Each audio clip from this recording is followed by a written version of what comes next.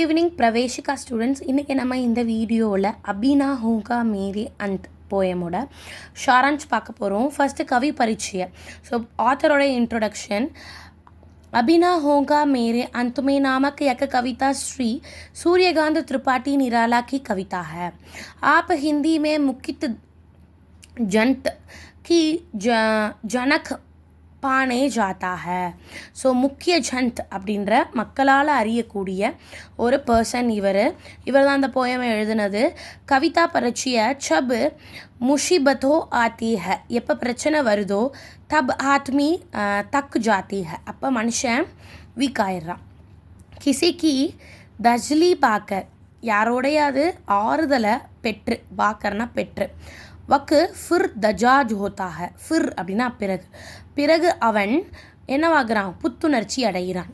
குச் லோக் ஸ்வயம் கோ தச்லி தேத்தா high, சில மக்கள் தனக்கு தானே ஆறுதல் சொல்லிக்கிறாங்க. கவி தூசரி சீனி கே ஹை, அந்த மாதிரி டைப்பில் ரெண்டாவது டைப் தான் நம்ம கவி, தனக்கு தானே ஆறுதல் சொல்லக்கூடியவர். வே கீத் காக்கர், அவர் பாட்டு பாடி, ஸ்வயம் நிராஷ் கோ பாக்தி ஹை, தானாக தன்னுடைய அந்த விரக்தியை வெளியே அனுப்புகிறார். பாக் அப்படின்னா வெளியே அனுப்புறது, பார்ட்டாக்குறது. कविता का सारांश।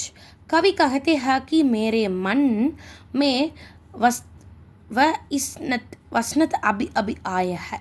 ஸோ கவி சொல்கிறாரு, மேரே வன்மே, என்னோட காட்டில் அடிக்கடி சூறாவளி வரும். இஸ்லியே அபி மேரா அந்த் நஹி ஹோகா, அதனால் அதுதான் என்னோட முடிவு அப்படின்னு கிடையாது. அப்பனே ஜீவன் கோ சார்த்தக் பனா சாக்தா ஹூம், என்னுடைய வாழ்க்கையை அர்த்தமுள்ளதாக மாற்றணும் ஆகணும் இல்லையா. ஆனால் இங்கே ஏன் அப்படி முடிவு கிடையாது அப்படின்னு சொல்கிறாங்கன்னா, இப்போ ஃபார் எக்ஸாம்பிள் நமக்கு ஏதாவது ஒரு தோல்வி வரும்னு வச்சுக்கலாம். எல்லோரும் என்ன பண்ணிடுறாங்க, அதான் முடிவு அப்படின்னு நிறைய பேர் சூசைட் பண்ணிக்கிறாங்க.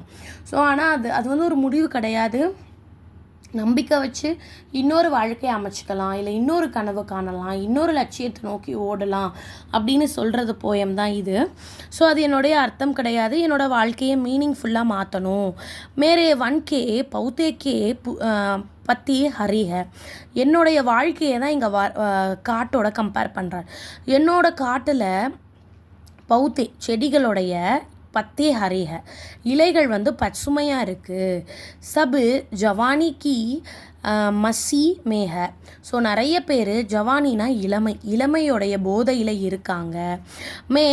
இளமையோட போதையில் என்ன பண்ணுவாங்க, நிறைய பேர் காதலியை தேடுவாங்க. ஸோ வந்து ரொம்ப அட்வென்ச்சரஸான இடத்துக்கு போவாங்க, மலை ஏறுறது, ஸ்கியூபா டைவிங், அந்த மாதிரி உயிரை பணைய வச்சு செய்ய வேண்டிய வேலைகளெல்லாம் இந்த இளமை காலத்தில் செய்வாங்க.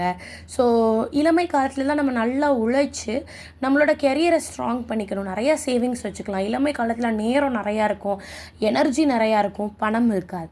ஸோ நம்ம கற்றுக்க வேண்டியதெல்லாம் இளமையில் தான் பண்ண முடியும், முதுமையில் உடம்பு வந்து வீக் ஆயிரும். ஸோ அப்போ வந்து நம்ம அறிவு வந்து வேலை செய்யணும். அதுக்காக இளமையோட போதியில் நிறைய பேர் இருக்காங்க. ஆனால் மே லக்ஷ்ய கே பாரே மே பதாக்கர் மன் கோ சக் திஷா கி ஓர் முடா தூங்கா, ஆனால் நான் லட்சியத்தை பற்றி யோசித்து, லட்சியத்தை பற்றி எக்ஸ்பிளைன் பண்ணி, இப்போ வந்து நம்ம ஒரு லட்சியம் என்னன்னா டாக்டர் ஆகணும்னு வச்சுக்கலாம், இல்லைனா ஹிந்தி படித்து இஞ்சி பிரச்சாரக் ஆகணுன்றதான் உங்களுடைய எய்மாக இருக்குன்னு வச்சுக்கலாம். ஏன் அந்த எய்மை பற்றி ட்ராவல் பண்ணும்போது ரொம்ப கஷ்டமாக இருக்கும், அந்த பாதை படிக்கிறதெல்லாம் ரொம்ப கஷ்டமாக இருக்கும். அப்போ நம்ம மனசுக்கிட்ட சொல்லணும், இல்லை இதெல்லாம் கஷ்டம் கிடையாது, இதை உன்னால் கடக்க முடியும், உன்னால் இதை முடியும், நீ வா வா. அதே மாதிரி ஆத்தர் என்ன பண்ணுறாராம், லக்ஷியக்கே பாரேமே, அவரோட லட்சியத்தை பற்றி பத்தாக்கர் சொல்லி யார்கிட்ட சொல்கிறாரா, மன்கோ, என்னோட மனசுக்கிட்ட சொல்லி, சஹி திஷாக்கி கரெக்டான வழியில், ஓர் மூட்டா தூங்கா, மனசை இந்த இளமையோட அந்த போதையை ஏற்றுற மாதிரி விஷயங்களை திருப்பாமல் லட்சியத்தை பற்றியே அந்த திசையிலே கூட்டிகிட்டு போயிட்டுருக்காராம். தப்பு உன்னதி சத்தி தோகே, அப்படி நீங்கள் போயிட்டுருக்கீங்கன்னா உங்களுடைய வளர்ச்சி கண்டிப்பாக உங்களுக்கு கிடைக்கும். இப்போ நீங்கள் கஷ்டப்பட்டு இந்த எக்ஸாம்ஸ்க்கு படிச்சுட்ருக்கீங்களா, கண்டிப்பாக நீங்கள் ஒரு நாள் பிரச்சாரக் ஆவீங்க. கண்டிப்பாக ஒரு குரூப் ஆஃப் ஸ்டூடெண்ட்ஸ்க்கு நீங்கள் சொல்லிக் கொடுக்க போகிறீங்க, மணி ஏர்ன் பண்ண போகிறீங்க, உங்கள் மனசில் நினச்சதெல்லாம் வாங்க போகிறீங்க. ஏ புஷ்பு அலாஸ்மே படுத்தி ஹை, புஷ்ப் அப்படின்னா இங்கே வந்து பூக்களை குறிக்கிறாங்க, இந்த இடத்துல யங்ஸ்டர்ஸை குறிக்கிறாங்க. ஸோ எல்லா யங்ஸ்டர்ஸும் அலாஸ் லேசியாக இருக்காங்களாம். ஆஜுக்கே नौजवान नौजवानना இங்கே யங்ஸ்டர்ஸ் இன்னையோட யங்ஸ்டர்ஸ் அலாஷி है மகர் உன்னதி பானேக்கே இச்சா கர்த்தி है ரொம்ப லேசியாக இருக்காங்க தன்னோட லட்சியத்துக்கு உழைக்க மாட்றாங்க ஆனால் உன்னதி அப்படின்னா முன்னேற்றத்தை பெறணும்னு ஆசை மட்டும் பட்டுக்கிறாங்க உன்னதிக்கா துவாரா தேக்கா தூங்கா ஸோ அந்த உன்னதிக்கான வழியை பார்க்குறது இல்லை கை காம் கர்னா சாக்தாகும் அதுக்காக நான் நிறைய வேலை செய்ய போகிறேன் யங்ஸ்டர்ஸை வந்து அவங்க லட்சியத்துக்காக உழைக்கிற மாதிரி நிறைய பாடல்கள் எழுச்சி மிகு பாடல்களை எழுதணும் அப்படின்னு சொல்கிறார் போல் ஆஷா நம்பிக்கை முஜேசே கக்திக நம்பிக்கை அவர்கிட்ட சொல்லுதான் ஹே நாதன்னா ஏய் முட்டாளே அப்படின்னு அர்த்தம் தும் நாதன் ஹோ நீ வந்து முட்டாள் தான் சுனோ கேளு मैं पहले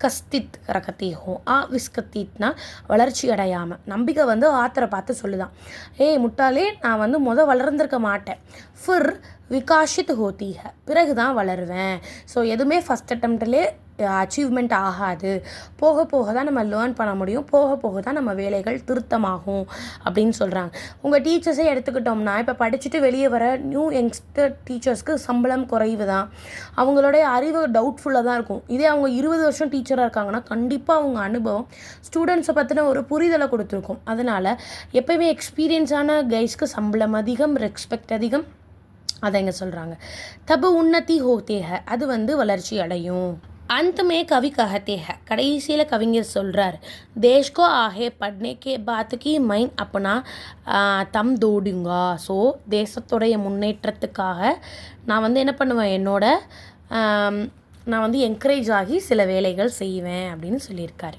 ஸோ கன்க்ளூஷன் விசேஷ்தா கவி நிராஷ் அவுர்